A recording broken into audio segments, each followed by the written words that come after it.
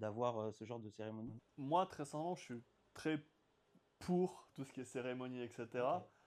Parce que c'est une façon de réunir les artistes, de voir les artistes sous un autre jour, etc. Et surtout de pouvoir mettre la lumière sur des artistes qui sont pas forcément très connus. Tu vois, par exemple, si tu remets juste un prix à l'artiste qui est le plus populaire, ça sert à rien parce que je trouve qu'il y a déjà les streams qui montrent qui est l'artiste le plus populaire, etc. Donc Ouais. il y a déjà des certifs.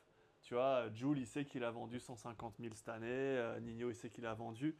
Donc si c'est encore une fois pour récompenser des artistes qui sont déjà au top des streams, moi je vois pas trop l'intérêt. Je pense que ce type de cérémonie, c'est fait pour mettre la lumière sur peut-être des artistes qui sont un peu passés inaperçus ou sur des artistes qui peut-être font moins de ventes, mais font des trucs un peu plus ambitieux, un peu plus difficiles, un peu plus machin.